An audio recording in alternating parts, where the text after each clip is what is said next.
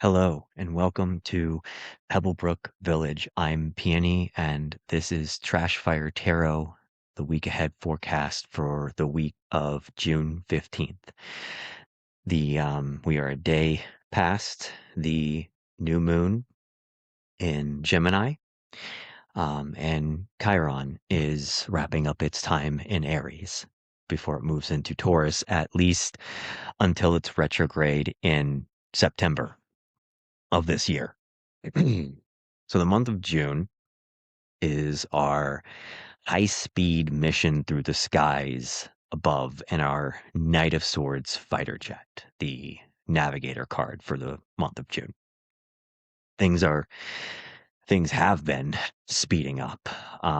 And I think the intensity of the multifacetedness of Gemini season was definitely very much felt this go around. Uranus being there obviously adds a kind of extra charge to that. Taurus was slow and steady, while Aries initiated, and there I think there was some grounding with Taurus. Um, Gemini is innovating and it's happening really fast, and we're seeing thought be innovated, platforms, et cetera, et cetera. And as we approach Cancer season, things are going to be feeling more nurturing, right? We have to be careful of what we're nurturing. Um, so let's see what the skies look like for this part of our journey for the week of June 15th. So for the guiding star, we have the Eight of Swords. This is come up several times now. It's been in a few of these forecasts. It's been in a few of my daily polls. This is the representative of the first decan of Gemini, where Uranus currently is. And we've talked about these uranium lightning storms in Gemini. There is likely a feeling of being zapped, not necessarily tired, but overstimulated, frazzled, like you just stuck a fork in an electrical socket. And well, buckle in, because the energy will be expanding once Jupiter transits into Leo and forms a sextile with Uranus. um Chiron and Jupiter are also going to have a square coming up, so there's going to be that expansion of some things themed around Chiron, and not just being a wounded healer, but what is that wound that we carry? Why is it a wound, and how can we fix it on a collective level? What can we do to soothe it? How can we innovate to grow and be better? So the uranium lightning storm has entered the nervous system. Like I said, there's this feeling of feeling zapped. Um, so the Eight of Swords is often described as it feeling trapped, right? Restricted, unable to move, unable to see the way out.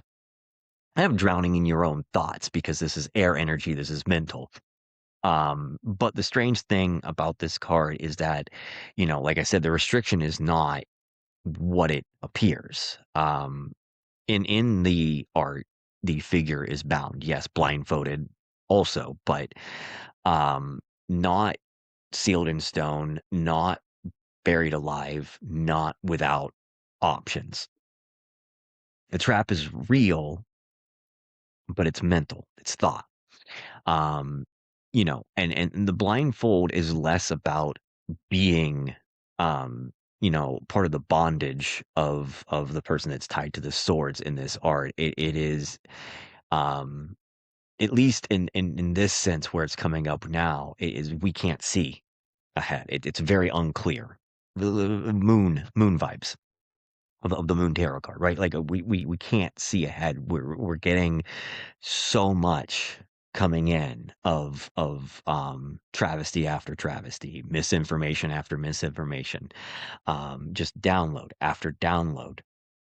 So we're plugged into this collective grid, and this whole experience of 24/7 news cycles and being online. Um,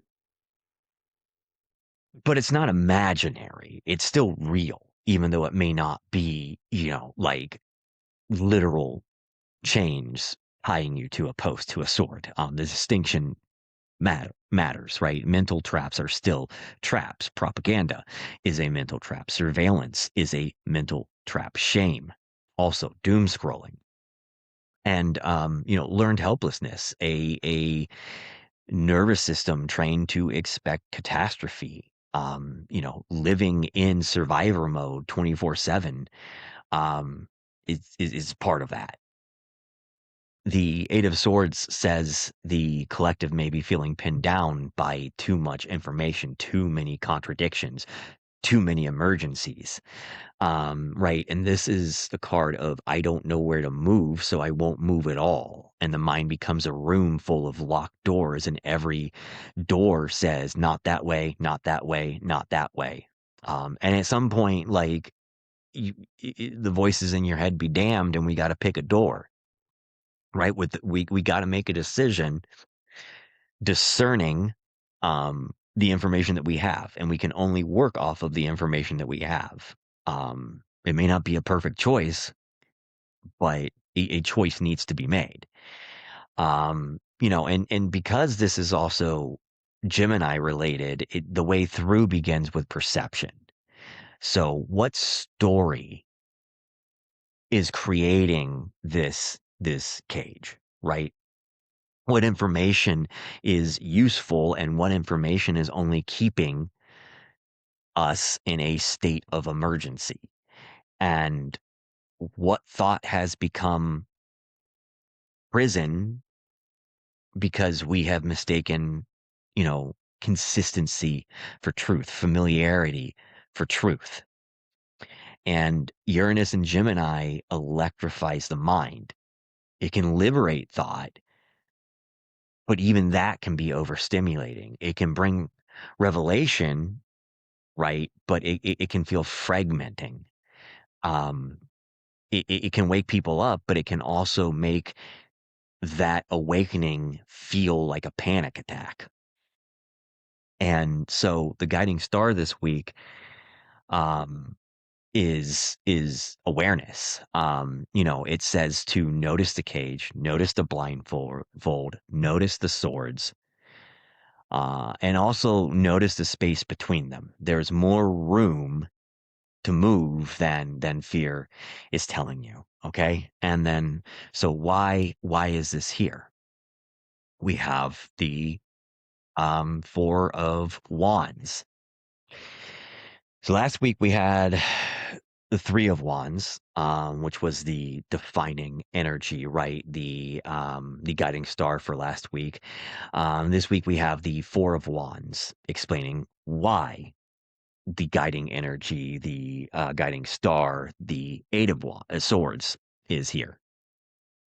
This is the third decan of Aries.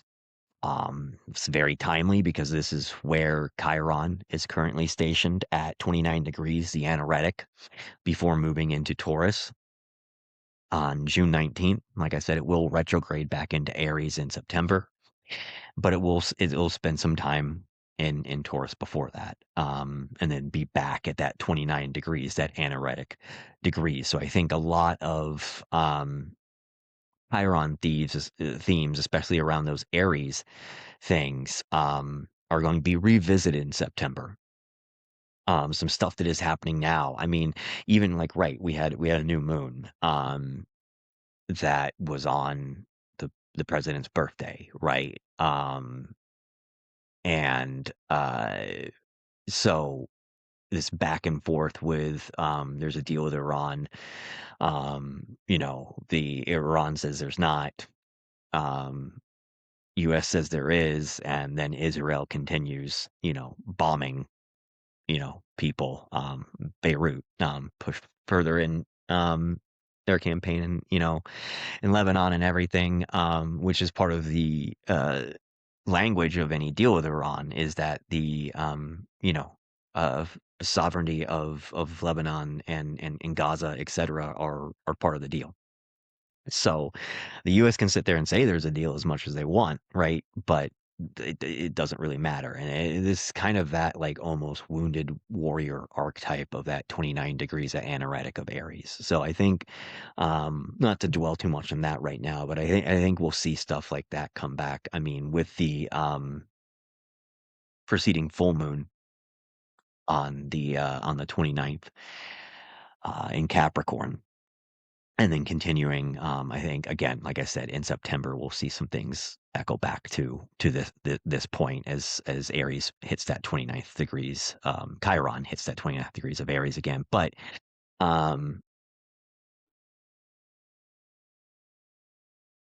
so last week was the first look for the horizon, the vision, the expansion, the question of what comes next once we understand we cannot stay where we are. So now we move from 3 to 4. The Four of Wands is structure after the spark. It is the tent poles going up, the sacred threshold, so to speak, the first signs of shelter. This community gathered around a fire and saying, "We have made it this far. Now, what are we building?" It's honest conversation.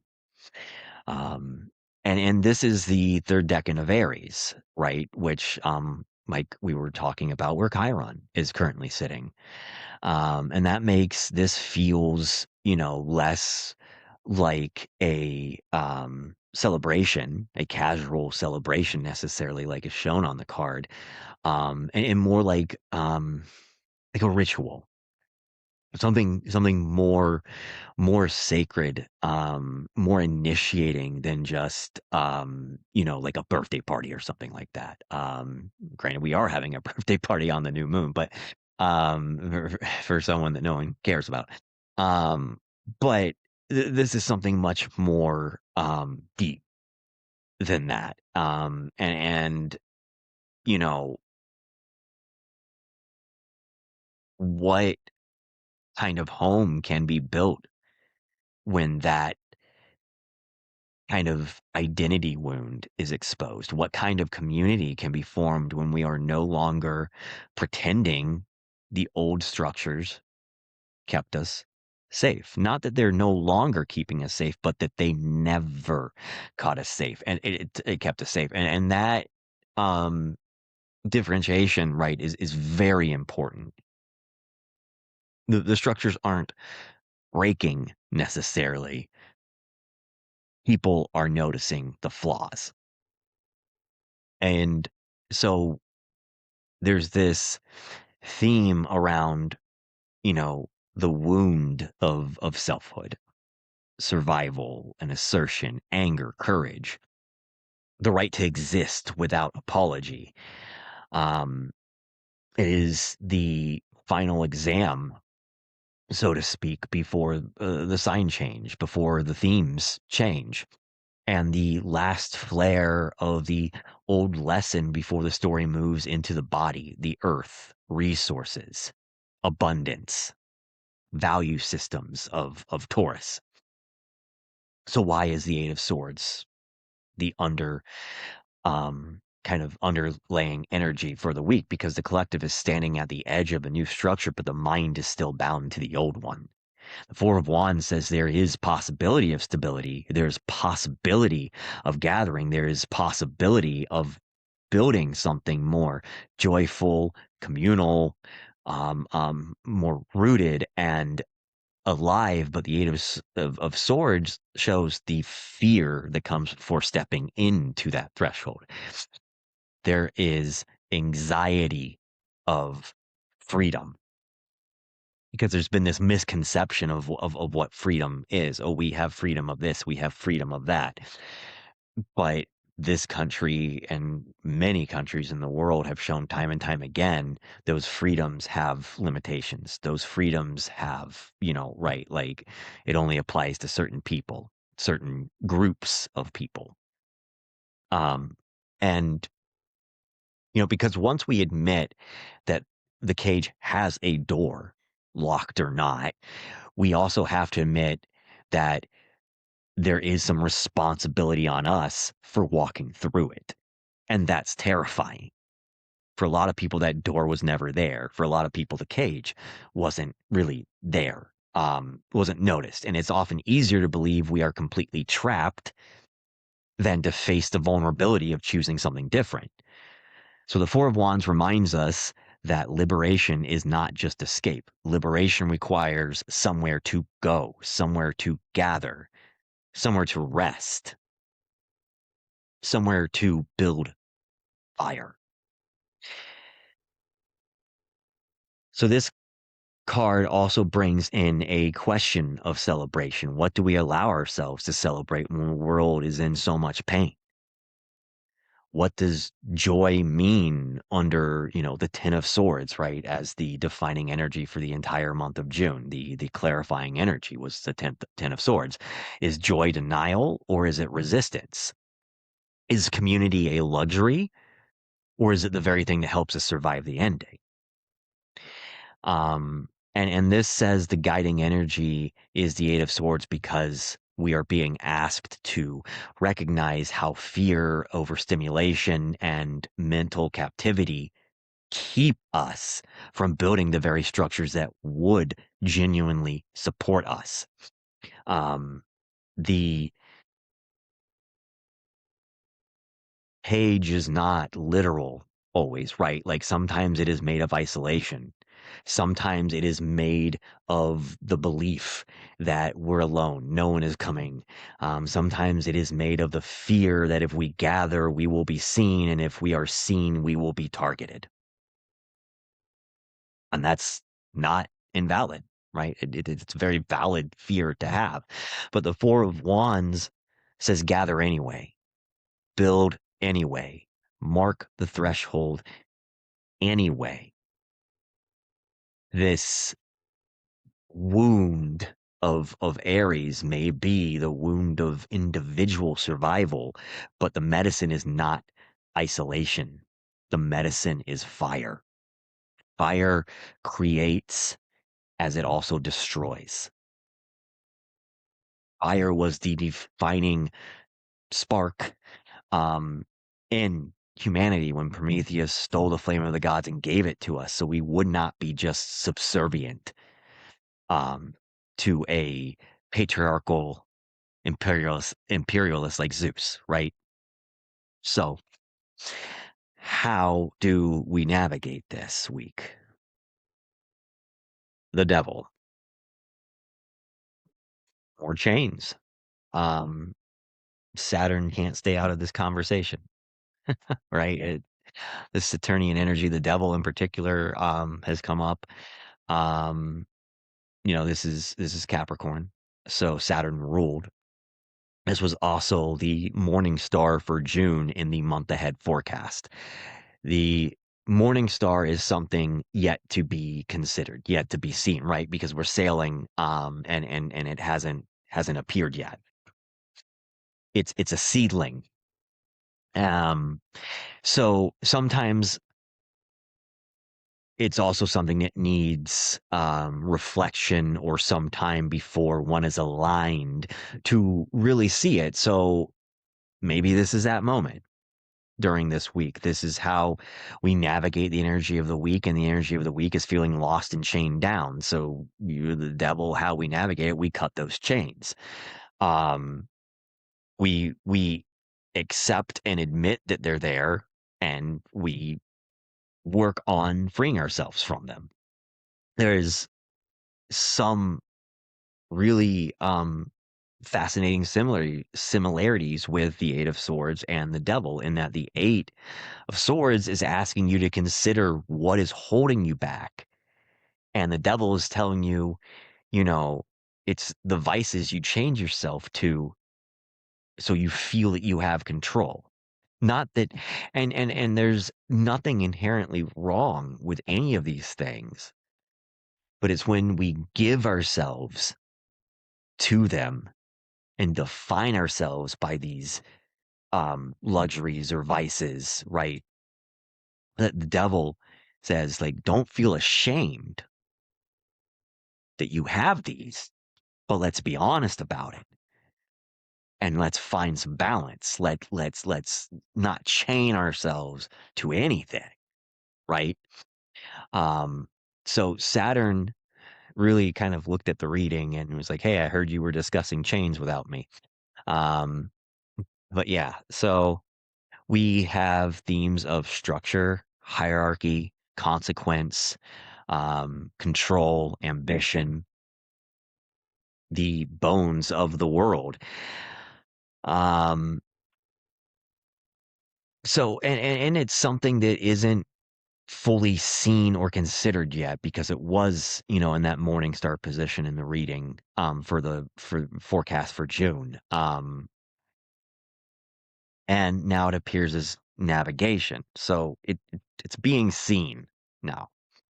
I think it's very timely with a new moon that this thing that like kind of acts as like a seedling, right? That's something we need to have a certain perspective or be in a certain alignment to perceive, right? So there is something about that whole Gemini new moon presenting paths and really feeling which one you need, what you need to leave behind, what we need to unchain ourselves from in the context of the devil and move forward. Um, so the way through the Eight of Swords is not to think better thoughts, right? That's very shallow. The devil says we have to look at what we are chained to, and more importantly, what those chains are doing for us. Um, the devil is rarely, though it could be sometimes, but very, very rarely, bad thing is bad. It is the uncomfortable honesty of attachment. It is the vice that makes us feel in control or distracts us from not being in control. The system that gives us identity, and the fear that sort of gives us this script that we run off of, and habits that keep us numb. Hierarchy that promises safety if we obey it. The cage we hate, but also know how to live inside it. It's familiar. So, the devil we know, right? This is where the devil and the Eight of Swords kind of mirror each other in that the Eight of Swords, is sort of what thought is holding you back, and the devil is, that thought is attached to a chain. Uh, The Eight of Swords is you feel trapped, and part of you is afraid of what happens if you are not. You know what being trapped is, the devil says. You don't know what being free is. Is it worth the risk? Um, and that is the hard truth of this week. The navigation is not about pretending we are free. It is about asking where we have confused control with safety, where we have confused numbness with peace, where we have um, confused obedience with survival, cage with home. This is not about shaming ourselves for having attachments, but it is asking to be honest about them. What do we keep reaching for when we are overwhelmed? What systems do we defend because we cannot imagine life outside of it? What habits, ideology, relationships, institutions keep us feeling in control while quietly draining our life force? This is especially important under the Ten of Swords as the clarifying energy for June. The Ten of Swords tells us a mental cycle is ending. The story is collapsing. A way of understanding reality can no longer hold. But the devil reminds us that endings are not automatically liberation. Sometimes you got a sequel coming, right? Sometimes when the swords fall, people run right back to the chain because at least the chain feels familiar. They go fight the battles for the billionaires, and then the ones that survive the battles to acquire resources for people that don't want to share them with the people dying for them. They run back, put the chain back on, and just sit there and say, "This is fine," because it's the way it's always been. So navigating this week is shadow work. Um, you know, it's not just how do I get free, but what parts of you benefit from staying bound? And not because we are weak or bad, but because survival makes bargains. Trauma makes bargains. Systems of oppression teach people to make bargains for their survival. The devil asks us to examine the contract before we sign another decade of our lives away. And the path is not through panic. It's not purity. It's not moral supremacy. It's not denial. It is honest confrontation with the chain. Name it, touch it, and ask what becomes possible if you stopped referring to it as protection. So there's another layer to the devil here and the chain, and that is the chain of shame. Because sometimes the chain is not simply addiction, greed, or control or attachment. Sometimes the chain is the part of us that believes cruelty becomes acceptable when it's aimed at the quote unquote right person or wrong person perspective. A person in the wrong. And this is the uncomfortable truth of the devil, because accountability and bullying are not the same thing. Holding leaders accountable does not mean body shaming them. It does not mean mocking their weight, their body shape, their face, their age, a disability, their perceived attractiveness, their sexual history, if they like dressing up like a woman, if they used to, if they used to be involved with sex work. None of that is justice. That is projected shame looking for a socially approved target. And this matters because when we body shame certain people or anyone in power, the insult does not only hit them, it hits every person listening who shares that body type, that feature, that disability, that insecurity, that wound. The person in power likely will not be wounded by the joke the way the people in your own community will be. And that's the chain. The devil says, look at what you are using to feel righteous. If we say we believe in body positivity, but then weaponize weight against people we hate, then our body positivity has conditions. If we say sex work is work, but then shame Melania for her past, then our solidarity has conditions. If we say disabled people deserve dignity, but then use cognitive ability as an insult against public figures that we disagree with, then our inclusion has conditions. And conditional inclusion is not liberation. It's just more chains. Maybe they're blue chains, right? But they're chains nonetheless. It is just hierarchy with better branding. People like Stephen Miller are not dangerous because of how he looks. He is dangerous because of what he believes, what he advances, the violence of the systems that he helps empower. The insult writes itself without ever touching his body. White supremacy is already grotesque. Fascism is hideous. Cruelty is ugly. We do not need to invent a physical ugliness to describe a moral one. It misses the fucking point. Trump's body is not the problem. Musk's body is not the problem.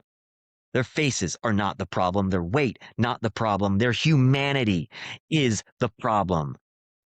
Focus. Their choices are the problem. Their power is the problem. Their policies, abuses, and the harm they cause people are the problem. When we reduce evil to appearance, we let evil off the hook. We make it aesthetic instead of structural. We make it personal instead of political. We train ourselves to look for monsters by shape instead of by behavior. And that is dangerous. Because oppression rarely arrives looking like a cartoon villain twirling its mustache. It arrives in a suit with beautiful, tied up legal language, with a press secretary, with budget proposals, with a Bible in one hand and a border policy in the other. It arrives smiling for cameras while people disappear behind paperwork. And that is why the devil is such an important navigation card this week. It asks us to examine the chain before we call it justice. Are we holding someone accountable, or are we using them as permission to rehearse our own shame? Are we naming harm, or are we projecting trauma?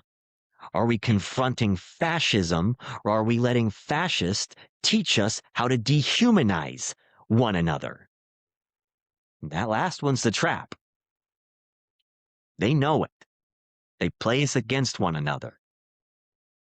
Even during Pride, I see people in my own community, my own queer community, trying to exclude non-binary from being included, saying asexual people shouldn't be included. Hell, you have people saying that trans people shouldn't be included, or that bisexual people shouldn't be included. Governments around the world, including our own in the United States for the people that are here, want to advocate violence against queer community. And we're throwing stones at one another? What the fuck? Fascism wants us to believe some people deserve degradation. It wants us to believe dignity is earned and to believe the body can be used as evidence of moral worth. So when we respond to fascists by mocking bodies, shaming sex work, ridiculing disability, weaponizing appearance, we may think we are fighting them, but we're just speaking their language and we're really just fighting one another as they laugh all the way to their bunkers and banks. The chain is the belief that cruelty becomes righteous when we hate the target enough. The devil says, no. Break that chain too.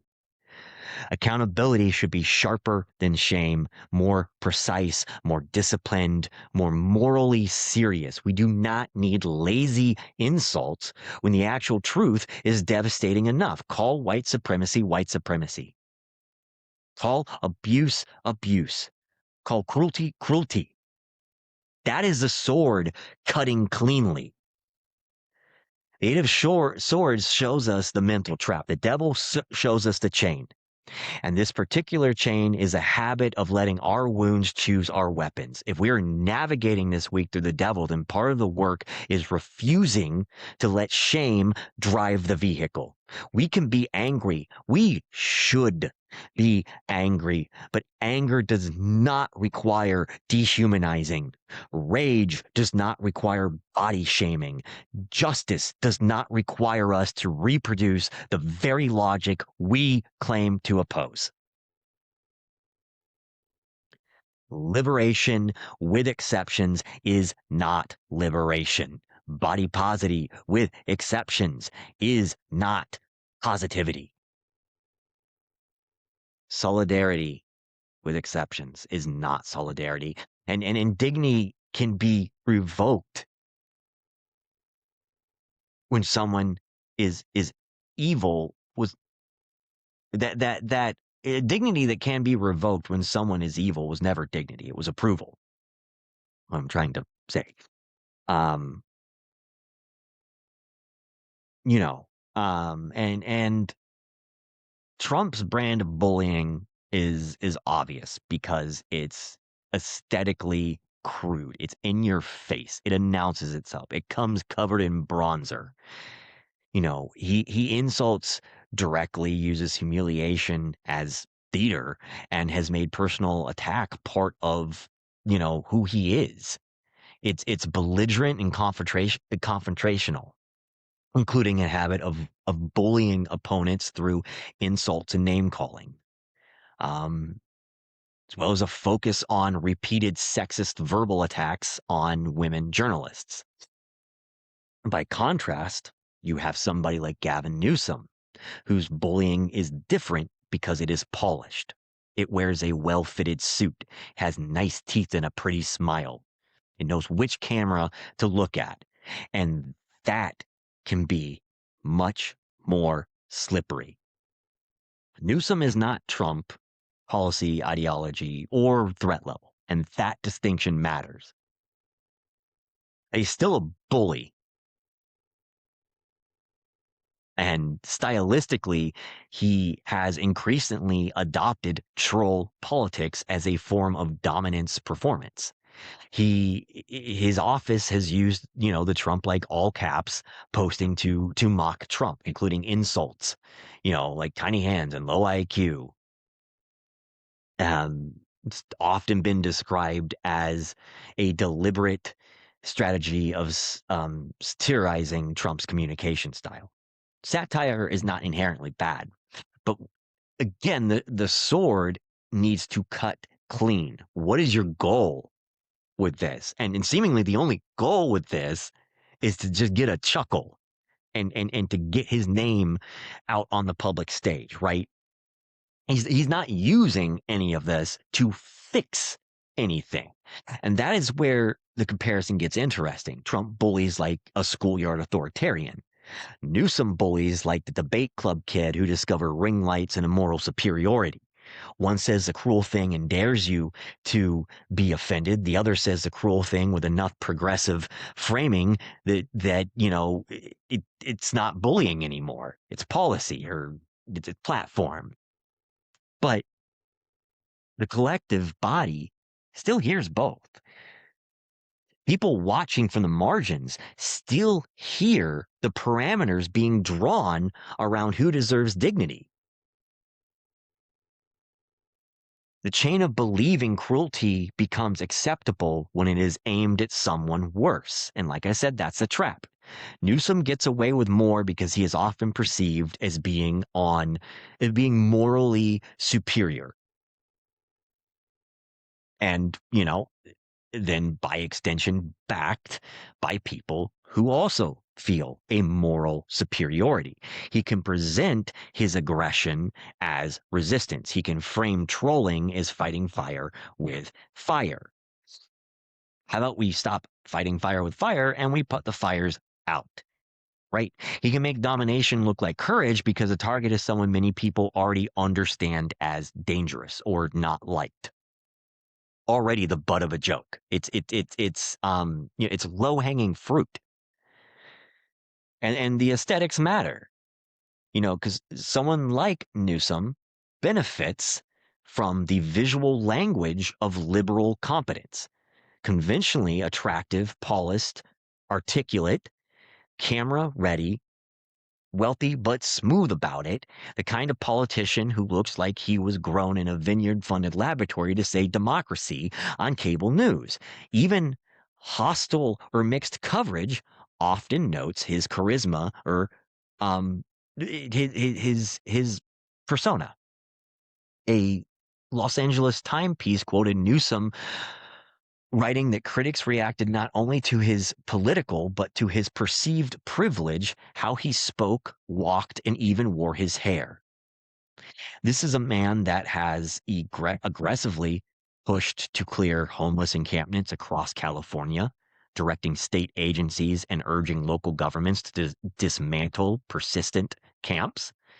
He platforms Ben Shapiro and Steve Bannon, the latter of which is a very vocal white supremacist. How the hell can you have a white supremacist on your podcast and act like you are some bastion of hope in the fight against white supremacy? He is pro AI, pro data surveillance centers. He vetoed a bill that would force data centers to disclose water use. His infamous "I'm a 960 SAT guy. I'm like you. I'm no better than you." Um, when trying to relate to the black community, vocal advocate against taxing billionaires, and a whole laundry list of um stuff against the LGBTQ plus community. Um, very centrist and honestly critical stance of the transgender community in particular. Um, he made national headlines by agreeing with conservative commentators on podcast rounds that fairness dictates barring transgender women from competing in women's sports. He later supported policy change enacted by the California Interscholastic Federation that required a transgender athlete share a podium with cisgender competitors rather than exclusively taking first place. He vetoed a key piece of legislation, the AB 2442, which was designed to expedite training and licensure for gender affirming care providers. He also vetoed a bill that would have required insurance providers to cover 12-month hormone therapy prescriptions. And he pulled the remaining, didn't renew, but pulled a remaining 17 million in funding for the LGBTQ Health Equity Fund, halting life affirming services at specialized gender health equity clinics.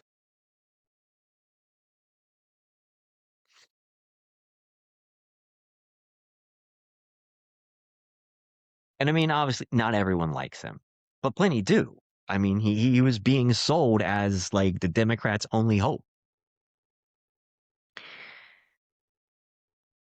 I mean, I don't think that's true.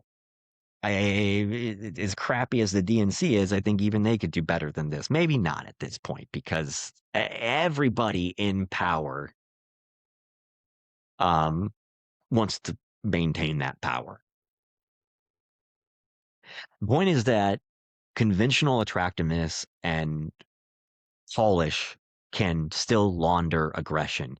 They can make bullying look like confidence. They can make condescension look like intelligence. And this is where we need to be honest. A lot of people do not actually hate bullying. They hate being bullied.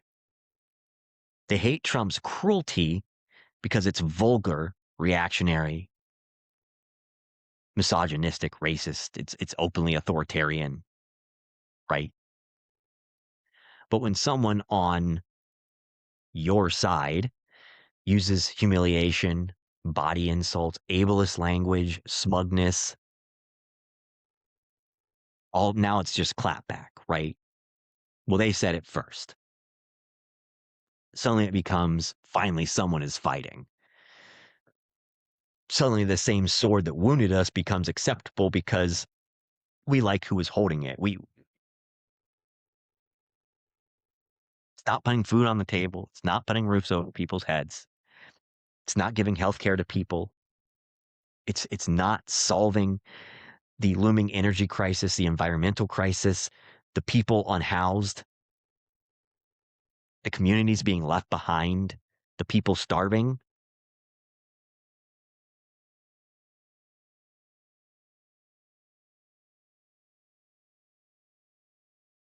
So the Eight of Swords is the mental trap, and we have to fight them using their tools, right? We have to be cruel because they are cruel. We have to humiliate them because they humiliate us. We have to win the spectacle. And that's not to say, like, this isn't about pacifism, right? If the oppressors are bringing guns to the fight, you fill in the blank, right? Um, that's not what I'm saying. But the devil is the chain underneath that thought of, I feel safer when my side has a bully too. And the Ten of Swords, as a signifying energy for the month of June, says, this mental pattern needs to be released. It needs to end. Because we were trying to build a world rooted in justice, body liberation, queer liberation, disability justice, anti-fascism, anti-racism, a matriarchy, a community, a society centered on care and nurture first. Human rights for all humans. No, you know, um, no boundaries on that. And we can't outsource our ethics to whoever has the better hair and bluer state. The sword has to cut clean. Call Trump authoritarian. Call Miller a white supremacist. Call Musk an oligarch. Body is not the insult. The chain breaks when we stop asking whether the target deserves dignity and start asking whether our politics require it. All right. That'll be all for this week. I love you all. And until next time, I will see you in the stars.